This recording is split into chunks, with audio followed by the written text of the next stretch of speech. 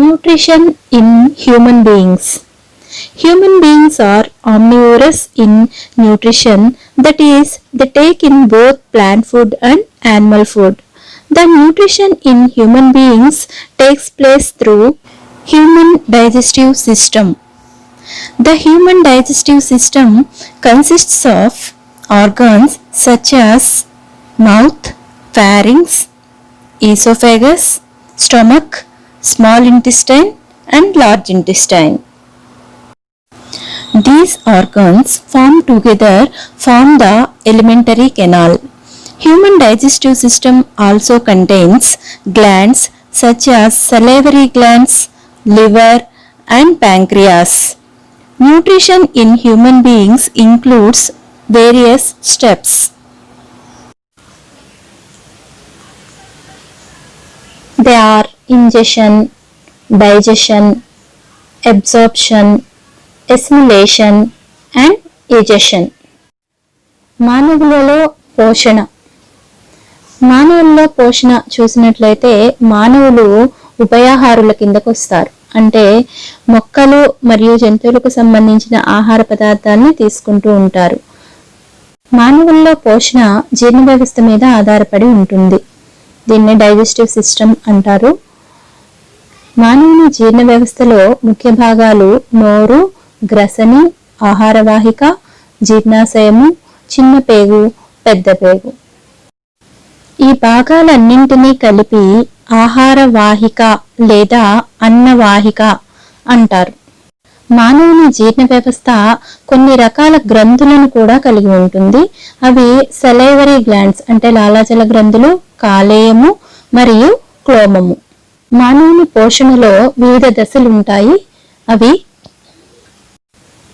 Ingestion అంటే అంతఃగ్రహణము, digestion జీర్ణక్రియ, absorption శోషణ, అసిమిలేషన్ సమీకరణ, egestion. We will discuss various steps involved in human digestive system. Ingestion. Human beings having a special organ for ingestion of food, that is mouth. Mouth is bounded by upper lip and lower lip. The food is put into the mouth with the help of hands. Next, digestion.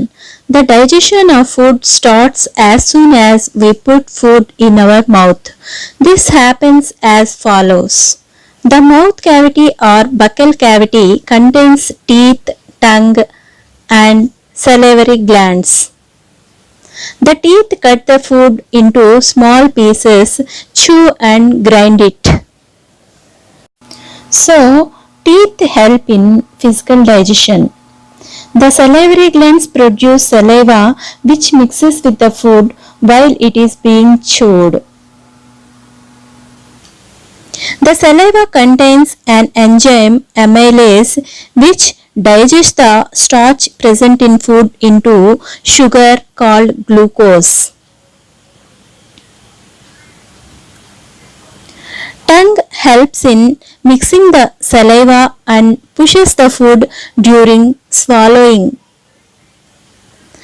The slightly digested food in the mouth is swallowed by the tongue into the common passage both respiratory and digestive tract, that is pharynx. The food enters into the pharynx. The muscles of the pharynx contract to push the food into the esophagus or food pipe. At this time, the valve called epiglottis covering the windpipe closes. This prevents the food from entering respiratory tract. From pharynx, the food passes through tube-like structure called esophagus. The muscles of esophagus contract and relaxes rhythmically. This pushes the food forward. This movement is called peristalsis. The epithelial cells of esophagus secretes mucus which lubricates the food. This also helps to moving the food forward. The peristaltic movement of esophagus pushes the food into stomach.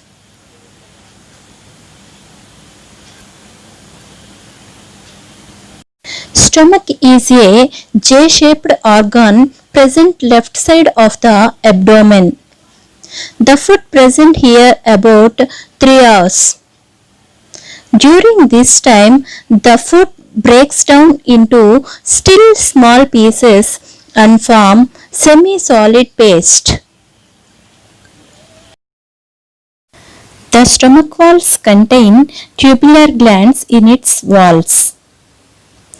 The glands secrete gastric juice. The gastric juice contains 3 substances: HCl, enzyme pepsin, and mucus. The HCl provides an acidic environment for the action of the enzyme pepsin. The enzyme pepsin begins the digestion of proteins present in food to form smaller molecules. Thus, the protein digestion in the stomach begins. Mucus protects the inner lining of the stomach from the action of the acid under normal conditions. The partially digested food then goes from the stomach into the small intestine. This is regulated by a sphincter muscle which releases food in small amounts into the small intestine. Small intestine is the longest part of alimentary canal and it is about 6.5 meters long. It is arranged in the form of coil in our belly. Small intestine helps in digestion and absorption. The small intestine receives the secretions of 2 glands, liver and pancreas. Pancreas secretes pancreatic juice into the small intestine. Pancreatic juice contains enzymes such as trypsin and lipase. Trypsin breaks down proteins and lipase breaks down fats. Liver secretes bile, which is a greenish yellow liquid. It is stored in gallbladder. Bile helps in breaking fats present in food. The walls of the small intestine contains glands which secrete intestinal juice. The intestinal juice contains number of enzymes which helps in further digestion of food. In this way, the food is completely digested in the small intestine. మానవులలో పోషణ అనేది వివిధ దశల్లో జరుగుతూ ఉంటుంది. అందులో మొదటిది ingestion. మనము నోటి ద్వారా ఆహారాన్ని తీసుకుంటూ ఉంటాము. నోరు పై పెదవి మరియు కింది పెదవులను కలిగి ఉంటుంది. మనము చేతి ద్వారా నోటిలోకి ఆహారాన్ని తీసుకుంటూ ఉంటాము. నెక్స్ట్ జీర్ణక్రియ, డైజెషన్. ఇది నోటి నుండే మొదలవుతుంది. మనం నోటిలోకి ఆహారం తీసుకున్న వెంటనే జీర్ణక్రియ అనేది ప్రారంభమవుతుంది. ఆస్యకుహరము పళ్ళు, నాలుక మరియు లాలాజల గ్రంథులను కలిగి ఉంటుంది. పళ్ళు ఆహారాన్ని ముక్కలుగా చేయడానికి, అలానే నమలడానికి, మెత్తగా చేయడానికి ఇవి ఉపయోగపడతాయి. మనం ఆహారాన్ని నమిలేటప్పుడు లాలాజల గ్రంథులు లాలాజలాన్ని స్రవిస్తూ ఉంటాయి. దీనితో కలిసి ఆహారం మెత్తగా నమలబడుతుంది. ఈ లాలాజలము ఎమైలేస్ లేదా టైలిన్ అనే ఎంజైమ్ ని కలిగి ఉంటుంది. ఈ ఎమైలేజ్ అనే ఎంజైమ్ వలన పిండి పదార్థాలు జీర్ణం చేయబడి గ్లూకోజ్ గా మార్చబడతాయి. నాలుక ఆహారాన్ని లాలాజలంతో కలపబడి మింగడానికి ఉపయోగపడుతుంది. లాలాజలంతో కలిపి నమలబడిన పాక్షికంగా జీర్ణమైన ఈ ఆహారము జీర్ణ వ్యవస్థ మరియు శ్వాస వ్యవస్థల కూడలి అయిన గ్రసనిలోనికి నెట్టబడుతుంది. గ్రసని యొక్క కండరాల సంకోచం వలన ఆహారము ఆహార వాహికలోనికి నెట్టబడుతుంది. ఆహారము ఆహార వాహిక నుండి గ్రసనిలోనికి వెళ్లే సమయంలో ఎపిగ్లాటిస్ అంటే కొండనాలుక అనేది వాయునాళాన్ని మూసి ఉంచుతుంది. దీనివల్ల ఆహారము ఆహార వాహికలోనికి మాత్రమే నెట్టివేయబడుతుంది. కాబట్టి ఇప్పుడు ఆహారము గ్రసని నుండి ఆహార వాహికను చేరింది. ఒక ప్రత్యేకమైన పద్ధతిలో ఆహార వాహిక యొక్క కండరాల సంకోచ సడలికల వలన ఆహారం అనేది కిందకి నెట్టబడుతూ ఉంటుంది. దీనినే పెరిస్టాలిటిక్ చలనము అంటారు. ఆహార వాహిక యొక్క ఉపకళా కణాలు మ్యూకస్ అంటే ఒక జిగురు వంటి పదార్థాన్ని స్రవిస్తాయి.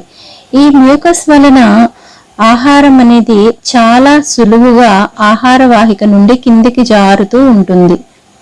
ఈ విధంగా ఆహారము పెరిస్టాల్టిక్ చలనం ద్వారా ఆహార వాహిక నుండి నిదానంగా జీర్ణాశయాన్ని చేరుకుంటుంది. జీర్ణాశయము జే ఆకారంలో ఉంటుంది. ఇది ఉదరంలో ఎడమ పక్కగా అమరి ఉంటుంది. ఆహారము జీర్ణాశయాన్ని చేరి దాదాపు 3 గంటల పాటు ఇక్కడే ఉంటుంది. ఈ సమయంలో ఆహారము ఇంకా చిన్న చిన్న ముక్కలుగా చేయబడుతుంది.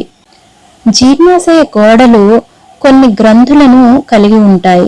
ఇవి జీర్ణరసాన్ని స్రవిస్తూ ఉంటాయి. ఈ జీర్ణాశయం విడుదల చేసిన జీర్ణరసంలో కొన్ని రకాల పదార్థాలు ఉంటాయి. ముఖ్యంగా హైడ్రోక్లోరిక్ ఆమ్లము, ఎంజైమ్ పెప్సిన్, ఇంకా మ్యూకస్. పెప్సిన్ చర్య జరుపుటకు వీలుగా హైడ్రోక్లోరిక్ ఆమ్లము జీర్ణాశయంలో ఆమ్ల వాతావరణాన్ని కలిగిస్తుంది. పెప్సిన్ ఎంజైము మనం తీసుకున్న ఆహారంలోని ప్రోటీన్లను జీర్ణం చేయడంలో ప్రధాన పాత్ర వహిస్తుంది. మ్యూకస్ జీర్ణాశయాన్ని ఆమ్ల ప్రభావం నుండి కాపాడడంలో పాత్ర వహిస్తుంది. పాక్షికంగా జీర్ణమైన ఈ ఆహార పదార్థం మొత్తము చిన్న పేగులోనికి ప్రయాణం చేస్తుంది. జీర్ణాశయం చివరగల కండరాలు ఆహారాన్ని కొద్ది కొద్దిగా చిన్న పేగులోనికి వెళ్లేలా చేస్తాయి. మానవుని జీర్ణ వ్యవస్థలోని అతి పెద్ద భాగము చిన్న పేగు. ఇది పెద్దలలో సుమారుగా 6.5 మీటర్ల పొడవు కలిగి ఉంటుంది. ఈ చిన్న పేగు మెలికలు తిరిగి చుట్టలు చుట్టుకొని ఉంటుంది. చిన్న పేగు జీర్ణక్రియ మరియు శోషణలో ప్రధాన పాత్ర పోషిస్తుంది. కాలేయము మరియు క్లోమము నుండి స్రవించబడిన స్రావాలు చిన్న పేగుని చేరుతాయి. క్లోమము క్లోమరసాన్ని చిన్న పేగులోనికి విడుదల చేస్తుంది. క్లోమరసము ట్రిప్సిన్ మరియు లైపేజ్ అనే ఎంజైములను కలిగి ఉంటుంది. ట్రిప్సిన్ ప్రోటీన్లను జీర్ణం చేయడంలో, అలానే లైపేజ్ కొవ్వులను జీర్ణం చేయడంలో సహాయపడుతుంది. కాలేయము బైల్ జ్యూస్ ని స్రవిస్తుంది. ఇది పసుపు మరియు ఆకుపచ్చ రంగులో కలిగి ఉంటుంది. ఇది గాల్ బ్లాడర్ లో నిల్వ చేయబడి ఉంటుంది. బైల్ జ్యూస్ కొవ్వులను జీర్ణం చేయడంలో పాత్ర వహిస్తుంది. ఈ విధంగా చిన్న పేగులో ఆహారం పూర్తిగా జీర్ణం చేయబడుతుంది. Absorption. Till now we have studied about digestion in small intestine. Next, we will understand how absorption takes place in the small intestine. The small intestine is the main region for the absorption of digested food. After digestion, the molecules of food become very small and push into small intestine by contraction and relaxation of the muscles. The inner surface of the small intestine has millions of small finger-like projections called villi. The digested food is absorbed by villi. Now let us take a closer view of one villus. Villi are in close contact with blood vessels. The food present in the villi is absorbed by the blood. Next, absorption. ఇప్పటి వరకు మనం ఆహారం చిన్న పేగులో ఏ విధంగా జీర్ణమైందో తెలుసుకున్నాము. ఇప్పుడు మనము ఆహారం ఏ రకంగా శోషణ జరుగుతుంది అనేది నేర్చుకుందాం. మనం తీసుకున్న ఆహారం శోషణ జరిగే ముఖ్య ప్రదేశము జీర్ణ వ్యవస్థలో గల చిన్న పేగు ప్రాంతము. ఈ చిన్న పేగు లోపలి తలంలో అనేక చిన్న చిన్న వేళ్ల వంటి నిర్మాణాలు కనిపిస్తాయి. వీటిని విల్లై అంటారు. చిన్న పేగు లోపల తలంలో అనేక మిలియన్ల సంఖ్యలో ఈ విల్లై అనేవి ఉంటాయి. ఇవి ఆహారాన్ని శోషణ చేయడంలో ప్రధాన పాత్ర వహిస్తాయి. విల్లై లోపల భాగంలో గల రక్తనాళాలు ఆహారాన్ని శోషించడంలో పాత్ర పోషిస్తాయి. Next, assimilation. From the blood, digested food is carried to all parts of the body. The digested food is used by the cell for obtaining energy and for the growth and repair of the body. Digested food which is not used by our body immediately stored in the liver in the form of carbohydrate called glycogen. The stored glycogen can be used as a source of energy by our body when we required.